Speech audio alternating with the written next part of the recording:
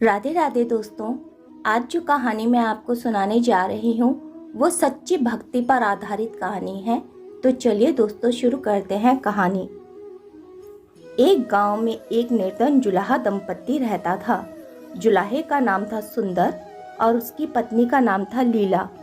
दोनों पति पत्नी अत्यंत परिश्रमी थे।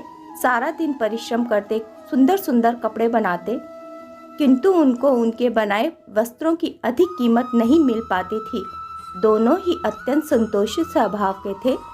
जो मिलता उसी से संतुष्ट होकर एक टूटी फूटी झोपड़ी में रहकर अपना जीवन निर्वाह कर लेते थे। वह दोनों भगवान श्री कृष्ण के परम भक्त थे। एक दिन भर के परिश्रम के बाद जो भी समय मिलता उसे दोनों भगवान के भजन कीर्तन में व्यतीत करते। सुंदर बाबा के पास एक तानपुरा और खड़ताल थी। जब दोनों मिलकर भजन गाते तो सुंदर तानपुरा बजाता और लीला खड़ताल। फिर तो दोनों भगवान के भजन में ऐसे खो जाते कि उनको अपने भूख प्यास की भी चिंता नहीं रहती थी। यूं तो दोनों बहुत ही संतोषी स्वभाव के थे। अपनी दीनहीन अवस्था के लिए उन्होंने कभी भी भगवान को दोष नहीं दिया और अपने इसी जीवन में प्रसन्न थे। किंतु एक दुख उनको हमेशा कचोटता रहता था। उनके कोई संतान नहीं थी। इसको लेकर वह सदा चिंतित रहते थे। किंतु फिर भी सदा भगवान में मगन। इसको भी उन्होंने भगवान की लीला समझकर स्वीकार कर लिया और निष्काम रूप से श्री कृष्ण के प्रेम भक्ति में डूबे रहते। जब उनकी आयु अधिक होने लगी तो एक दिन लीला ने सुंदर से कहा, हमारी कोई संतान नहीं है। कहते हैं कि संतान के बिना मुक्ति प्राप्त नहीं होती। अब हमारी आयु भी अधिक हो चली है। ना जाने कब बुलावा आ जाए। मरने के बाद कौन हमारी चिता को अग्नि देगा? कौन हमारे लिए तर्पण आदि का कार्य करेगा? कैसे हमारी मुक्ति होगी? सुंदर बोला, तू क्यों चिंता करती है? ठाकुर जी है ना, वह सब देख लेंगे। सुंदर ने यह बात कह तो दी, किंतु वह भी चिंता में डूब गया। तभी उसके मन में एक विचार आया। वह नगर में गया और श्री कृष्ण के बाल गोपाल रूप की एक प्रतिमा ले आया। घर आकर बोला, अब तुझे चिंता करने की कोई आवश्यकता नहीं है। मैं यह बाल गोपाल लेकर आ गया हूँ। हमारे कोई संतान नहीं है तो क्या, वह भी इन्हीं की तो लीला है। हम इनको ही अपने पुत्र के समान प्रेम करेंगे। यही हमारे पुत्र का दायित्व भी पूर्ण करेंगे। यही हमारी मुक्ति करेंगे। सुंदर की बात सुनकर लीला अत्यंत प्रसन्न हो गई। उसने बाल गोपाल को लेकर अपने हृदय से लगा लिया और बोली, आप बिल्कुल ठीक कह रहे हैं। आज से यही हमारे लल्ला हैं। दोनों पति पत्नी ने घर में एक कोना साफ करके वहाँ जो स्थान बनाया, एक चौकी लगाई और उस पर बाल गोपाल को विराजित कर दिया। तब से जुलाहा दंपत्ति का नियम हो गया। वह प्रतिदिन बाल गोपाल को स्नान कराते, उनको धुले वस्त्र पहनाते, अपनी संतान की तरह उन्हें लाड लटाते, उन्हीं के सामने बैठकर भजन कीर्तन करते और फिर वहीं सो जाते। जुलाहा अपने हाथ से बाल गोपाल के लिए सुंदर सुंदर वस्त्र बनाता और उनको पहनाता। इसमें उसको बड़ा ही आनंद आता। धीरे धीरे दोनों बाल गोपाल को अपनी संतान के समान ही प्रेम करने लगे। लीला का नियम था कि वह प्रतिदिन अपने हाथ से अपने लल्ला को भोजन कराती, तब स्वयं भोजन करती। लल्ला को भोजन कराते समय उसको ऐसा ही प्रतीत होता मानो अपने पुत्र को भोजन करा रही हो। उन दोनों के निश्चल प्रेम को देखकर करुणा निधान भगवान अत्यंत प्रसन्न हुए और उन्होंने अदृश्य रूप में आकर स्वयं भोजन खाना आरंभ कर दिया। लीला जब प्रेम पूर्वक बाल गोपाल को भोजन कराती तो भगवान को प्रतीत होता मानो वह अपनी माँ के हाथ से ही भोजन कर रहे हैं। उनको लीला के हाथ से प्रेम पूर्वक मिलने वाले हर कौर में माँ का प्रेम प्राप्त होता था। लीलाधारी भगवान श्री कृष्ण स्वयं माँ की उस लीला के वशीभूत हो गए, किंतु लीला कभी नहीं जान पाई कि स्वयं बाल गोपाल उसके हाथ से भोजन करते हैं।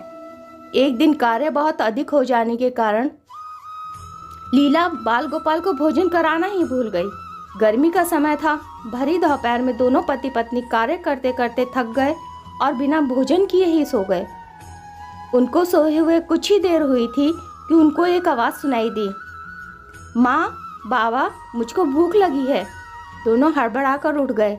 चारों ओर देखा, आवाज कहाँ से आई, किंतु कुछ भी दिखाई नहीं दिया। तभी लीला को स्मरण हुआ कि उसने अपने लल्ला को तो भोजन ही नहीं कराया।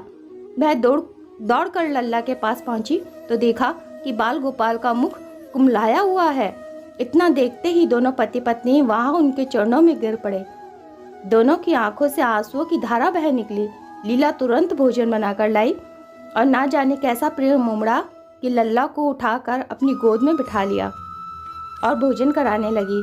दोनों पति पत्नी रोते जाते और लल्ला को भोजन कराते जाते।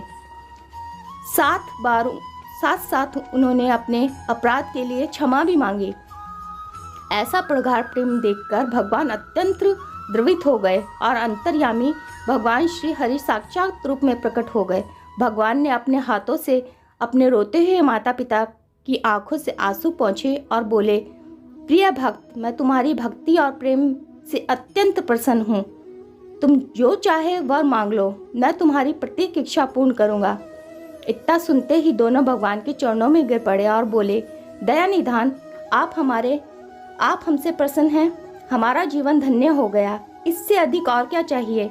इससे अधिक किसी भी वस्तु का भला क्या महत्व हो सकता है? आपकी कृपा हम पर बनी रहे, बस इतनी कृपा करें। श्री हरि बोले, यदि तुम चाहो तो मैं तुम्हारे जीवन में संतान के अभाव को समाप्त करके तुम्हें एक सुंदर संतान प्रदान करूंगा।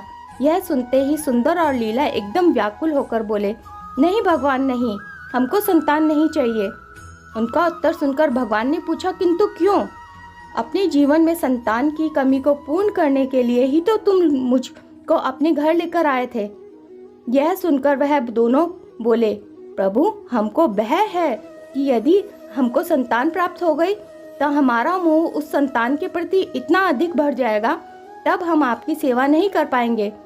उनका प्रेम और भक्ति से भरा उत्तर सुनकर करुणा निधान भगवान करुणा से भर उठे। स्वयं भगवान की आंखों से आंसू छलक पड़े। वह बोले, हे मैया बाबा, मैं यहाँ आया था ऋण को उतारने के लिए, किंतु आपने तो मुझको सदा सदा के लिए ही अपना ऋणी बना लिया।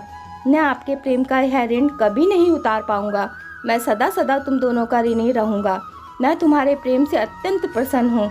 तुमने अपने निर्मल प्रेम से मुझको भी संतान के बंधन में बांध लिया है। मैं तुमको वचन देता हूँ कि आज से तुम्हारे पुत्र के रूप में तुम्हारे समस्त कार्य पूर्ण करूँगा। तुमको कभी संतान का अभाव नहीं होने दूंगा।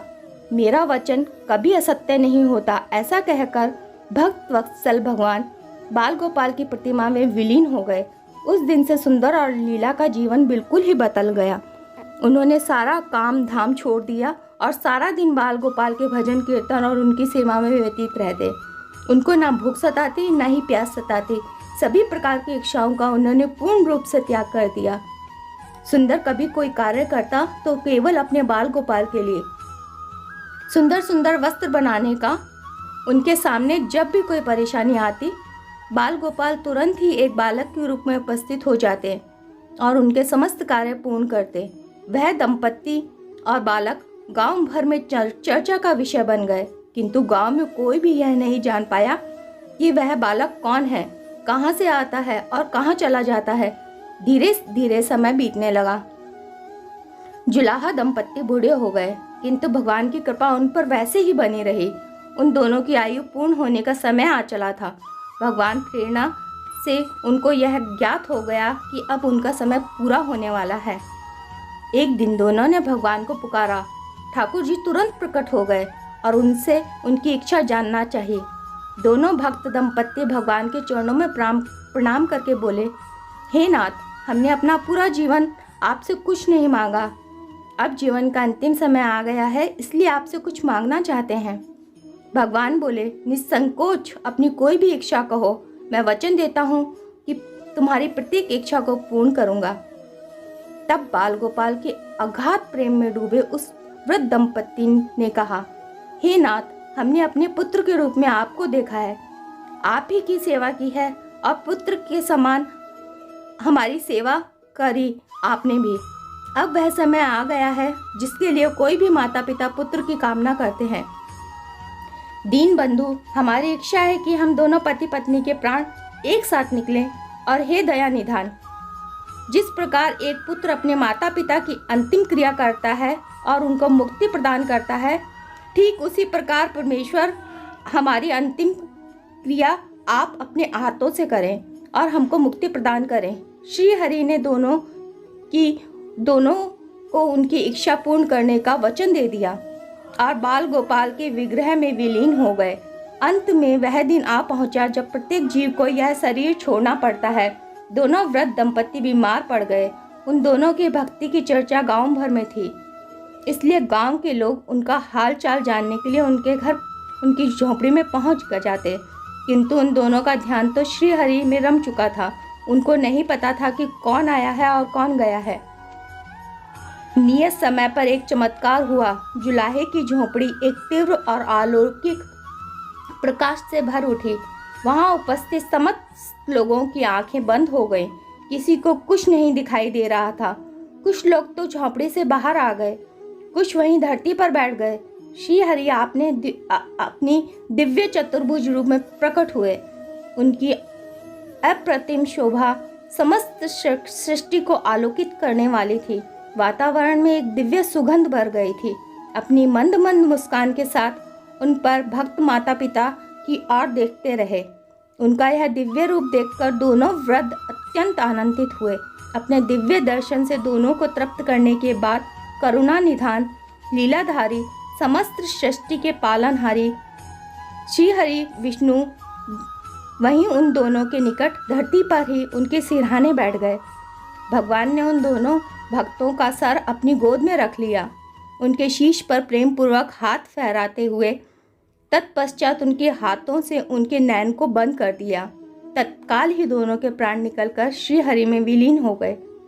पंचभूतों से बना शरीर पंचभूतों में ही विलीन हो गया। कुछ समय बाद जब वह दिव्य प्रकाश लोप हुआ तो सभी उपस्थित ग्रामीणों ने देखा कि ना ही तो वहाँ सुंदर था और ना ही लीला थी और ना ही बाल गोपाल थे। शेष तो मात्र कुछ पुष्प धरती पर पड़े हुए थे और एक दिव्य सुगंध जो वातावरण में चारों ओर फैली हुई थी। विस्मित ग्रामीणों ने श्रद्धा से उस धरती को नमन किया, उन पुष्पों को उठाकर शीश से लगाया और सुंदर लीला की भक्ति और गोविंद के नाम का गुणगान करते हुए चल दिए उन पुष्पों को श्री गंगा जी में विसर्जित करने के लिए। दोस्तों, वीडियो अगर पसंद आए तो कमेंट करें, वीडियो को लाइक करें और शेयर करना बिल्कुल भी ना भूलें। अगर आप मेरे चैनल पर नए हैं तो चैनल को सब्सक्राइब करें। धन्यवाद दोस्तों। जय श्री कृष्ण।